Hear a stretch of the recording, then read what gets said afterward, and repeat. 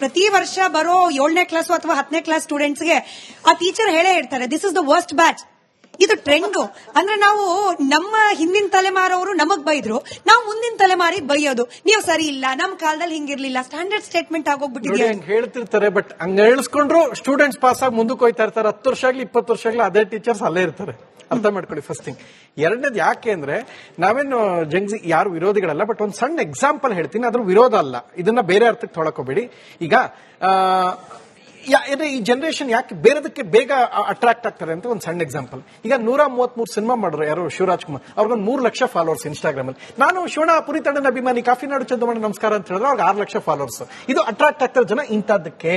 ಅಂದ್ರೆ ಕ್ರಿಂಜ್ ಕಂಟೆಂಟ್ಗಳು ಬೇಗ ಜಾಸ್ತಿ ಇರಲ್ಲ ಅಂತ. ಅಂದ್ರೆ ನಿಮಗೆ ಸ್ಪಷ್ಟವಾಗಿ ಹೇಳ್ತೀನಿ, 10-15 ವರ್ಷಗಳ ಕಾಲ ಸಂಗೀತನ ಶಾರದೆನ ಅಭ್ಯಾಸ ಮಾಡಿ ಬಹಳಷ್ಟು ಜನ ಸಿಂಗರ್ಸ್ ನಂಗೊಂದು ಅವಕಾಶ ಸಿಕ್ಲಿ ಅಂತ ಕಾಯ್ತಾ ಇರ್ತಾರೆ. ಎಷ್ಟೋ ಜನ ಇಲ್ಲಿರೋ ಪ್ರತಿಭಾವಂತರು, ನಿಮ್ಗೆ ಗೊತ್ತಿರಬಹುದು, ಇಲ್ಲೇ ಎಷ್ಟೋ ಜನ ಹಿಡನ್ ಟ್ಯಾಲೆಂಟ್ಸ್ ಇರ್ತಾರೆ.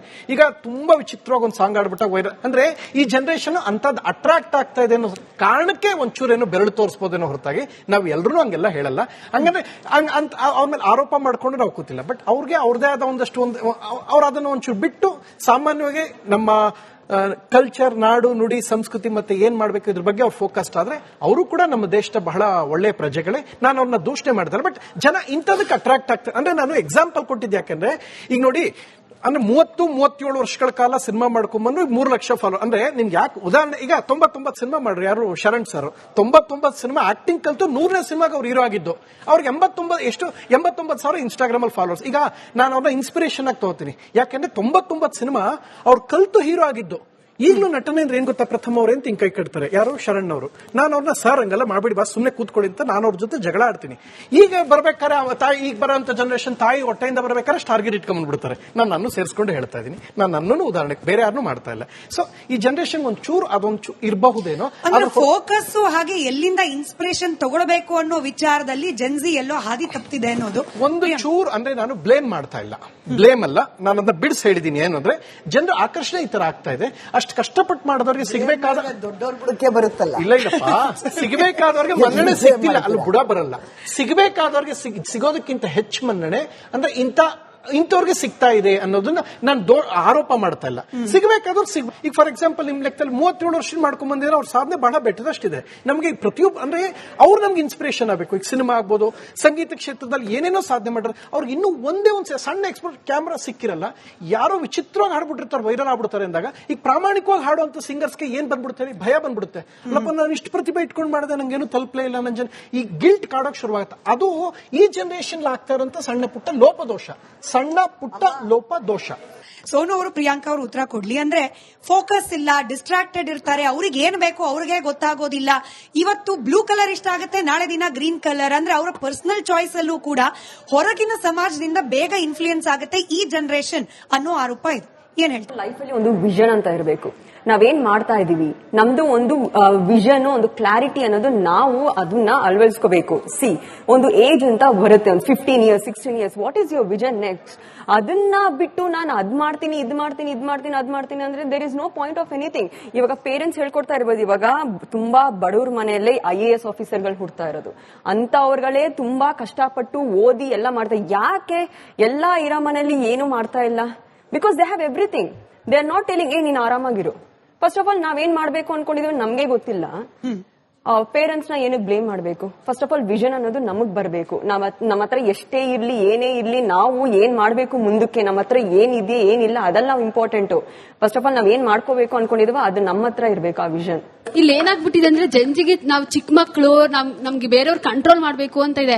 ನಾವ್ ಹೆಂಗ್ ಕಂಟ್ರೋಲ್ ಮಾಡ್ಬೇಕು, ಹೆಂಗ್ ಕಂಟ್ರೋಲ್ ಆಗ್ಬೇಕಂತ ಗೊತ್ತು. ಆಮೇಲೆ ನಾವು ಪೇರೆಂಟ್ಸ್ ಮಾತು ಹೆಂಗೆ ಕೇಳಬೇಕು. ಸಪೋಸ್ ಒಂದು ಅಸೈನ್ಮೆಂಟ್ ಕೊಟ್ರೆ ನಾವು ಹೇಗ್ ಸಬ್ಮಿಟ್ ಮಾಡ್ಬೇಕು, ಹೆಂಗ್ ಸಬ್ಮಿಟ್ ಮಾಡ್ಬೋದು, ಅವೆಲ್ಲ ನಮಗ್ ಪ್ಲಾನ್ ಇರುತ್ತೆ. ನಾವ್ ಒಂಥರ innovative actually Gen Z compare to other all generation. Gen Z are biggest best. ಅವ್ರು ಏನ್ ಬೇಕಾದ್ರೂ ಮಾಡ್ಬೋದು. ಸರಿ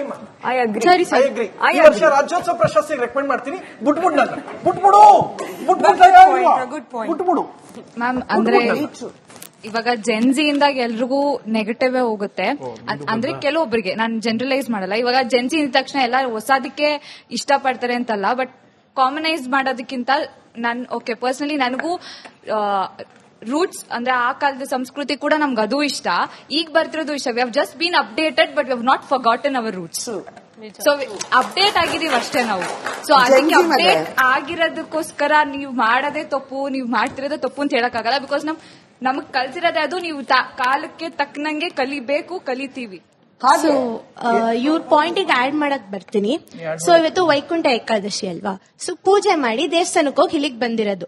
ಸೊ ನ್ಯೂ ಇಯರ್ ದಿವಸ ನ್ಯೂ ಇಯರ್ ಕೂಡ ಸೆಲೆಬ್ರೇಟ್ ಮಾಡ್ತೀವಿ. ಸೊ ನಮಗೆ ಹೆಂಗಿರ್ಬೇಕು ಅನ್ನೋದು ನಮಗೆ ತುಂಬಾ ಚೆನ್ನಾಗಿ ಗೊತ್ತು ಜೆನ್ಸೀಸ್ಗೆ. ಸೊ ನಾವು ರೆಸ್ಪಾನ್ಸಿಬಿಲಿಟೀಸ್ ಕೂಡ ತಗೋತೀವಿ, ಹೆಂಗ್ ರಿಯಾಕ್ಟ್ ಮಾಡ್ಬೇಕು ಹಂಗ್ ರಿಯಾಕ್ಟ್ ಮಾಡ್ತೀವಿ. ನಮ್ಮಲ್ಲಿ ತುಂಬಾ ಟ್ಯಾಲೆಂಟೆಡ್ ಇದೆ, ಲೈಕ್ ಯೂನಿಕ್ನೆಸ್ ನ ಹೊರಗ್ ಬರ್ತಿದೆ. ಸೊ ನಾನು ಏನ್ ಕೇಳ್ಕೊತೀನಿ ಅಂದ್ರೆ ನೀವೆಲ್ಲರೂ ಇದಕ್ಕೆ ಸಪೋರ್ಟ್ ಮಾಡ್ಬೇಕು. ಸೊ ನಮ್ ಕಂಟ್ರಿ ಕೂಡ ಇನ್ನ ಜಾಸ್ತಿ ಬೆಳಿಬೇಕು. ಸೊ ನಿಮ್ ಸಪೋರ್ಟಿವ್ ಕೂಡ ನಮಗ್ ಬೇಕಾಗುತ್ತೆ. ನೀವು ಎಲ್ಲದಕ್ಕೂ ನಾವು ಕೆಟ್ಟವರು ಏನಂದ್ರೆ ಜೆನ್ಸೀಸ್ ಅಂದ್ರೆ ಪಾರ್ಟೀಸ್, ಪಬ್ಸ್ ಕುಡಿತಾರೆ. ಯಾಕೆ ನಾವು ಪಾರ್ಟೀಸ್ ಮಾಡಲ್ವಾ? ನಾನು ಕುಡಿಯಲ್ಲ. ನಾನು ಪಾರ್ಟೀಸ್ ಹೆಂಗ್ ಮಾಡ್ತೀನಿ ಅಂದ್ರೆ ನಾನು ಇಷ್ಟ ಇರೋ ಫುಡ್ಸ್ ನ ತಗೋತೀನಿ, ಫ್ರೆಂಡ್ಸ್ ಜೊತೆ ಎಂಜಾಯ್ ಮಾಡ್ತೀನಿ, ಪೇರೆಂಟ್ಸ್ ಜೊತೆ ಎಂಜಾಯ್ ಮಾಡ್ತೀನಿ. ಪಾರ್ಟಿ ಅಂದ್ರೆ ಕುಡಿಲೇಬೇಕು ಅಂತ ಏನಿಲ್ಲ ಅಲ್ವಾ? ಸೊ ಜೆನ್ಸೀಸ್ ನ ಬ್ಲೇಮ್ ಮಾಡಬೇಡಿ, ನಿಮ್ ಸಪೋರ್ಟಿವ್ ಕೂಡ ಬೇಕು ಅಂತ ನಾನು ಕೇಳ್ಕೊತೀನಿ. ಓಕೆ, ನನ್ನ ಸಪೋರ್ಟ್ ಇರ್ತದೆ ಬಿಡು ನಿಂಗೆ. ಬಟ್ ದ ಪಾಯಿಂಟ್ ಇಸ್ ಏನು ಅಂದ್ರೆ ಐ ವಿಶ್ ಪ್ರತಿಯೊಂದು ಜೆನ್ಜಿಗಳು ಕೂಡ ಅವಳಷ್ಟೇ ಜವಾಬ್ದಾರಿಯಾಗಿರಿ. ಆಮೇಲೆ ಜೆನ್ಜಿಗಳಿಗೆ ಒಂದು ಕಿವಿ ಮಾತು ನಿಜವಾಗ್ಲೂ ಇದು ಬಹಳ ಇಂಪಾರ್ಟೆಂಟ್. ನೀವು ಅರ್ಥ ಮಾಡ್ಕೋಬೇಕು. ನಿಮಗಳಿಗಿದ್ದಷ್ಟು ಎಕ್ಸ್ಪೋಜರ್ಸ್ ಅವ್ರಗಳಿಗಿರ್ಲಿಲ್ಲ ಅಥವಾ ನಮ್ಗಳಿಗಿರ್ಲಿಲ್ಲ. ಹಾಗಾಗಿ ನೀವು ಬೇಗ ವಿಷಯಗಳನ್ನ ತಿಳ್ಕೊತಾ ಇದ್ದೀರಾ. ಹಂಗನ್ಬಿಟ್ಟು ಜೀವನದಲ್ಲಿ ಎಲ್ಲಾ ಅವಘಡಗಳು ನಿಮಗ್ ಗೊತ್ತಿದೆ ಅಂತಲ್ಲ. ಗಾದೆ ಮಾಡಿರೋದು ಮನುಷ್ಯನ ಸ್ವಭಾವದ ಮೇಲೆ, ವೇದ ಮಾಡಿರೋದು ಪುಸ್ತಕಗಳ ಮೇಲೆ. ಆಯ್ತಾ? ವೇದ ಸುಳ್ಳಾದ್ರೂ ಗಾದೆ ಸುಳ್ಳಾಗಲ್ಲ ಮಗಳೇ. ಕೆಲವು ವಿಷಯಗಳನ್ನ ಅರ್ಥ ಮಾಡ್ಕೊಳ್ಳಿ. ಅಂದ್ರೆ ಇಟ್ಸ್ ಅ ರಿಕ್ವೆಸ್ಟ್. ಕೆಲವು ವಿಷಯಗಳು ನಿಮ್ಗೆ ಐ ನೋ ಎವ್ರಿಥಿಂಗ್ ಅಂತಿರಲ್ಲ, sometimes you don't. Because opposite ಅಲ್ಲಿರೋನು ಎಲ್ಲಿಂದ ಬರ್ತಾ ಇದ್ದಾರೆ, ಹೇಗೆ ಬರ್ತಾ ಇದ್ದಾಳೆ ಅನ್ನೋದು ನಿಮಗೆ ಗೊತ್ತಿರಲ್ಲ. ಇದು ಕಾಲಕ್ರಮೇಣ ಎಕ್ಸ್ಪೀರಿಯನ್ಸ್ ಇಂದ ಬರೋದು.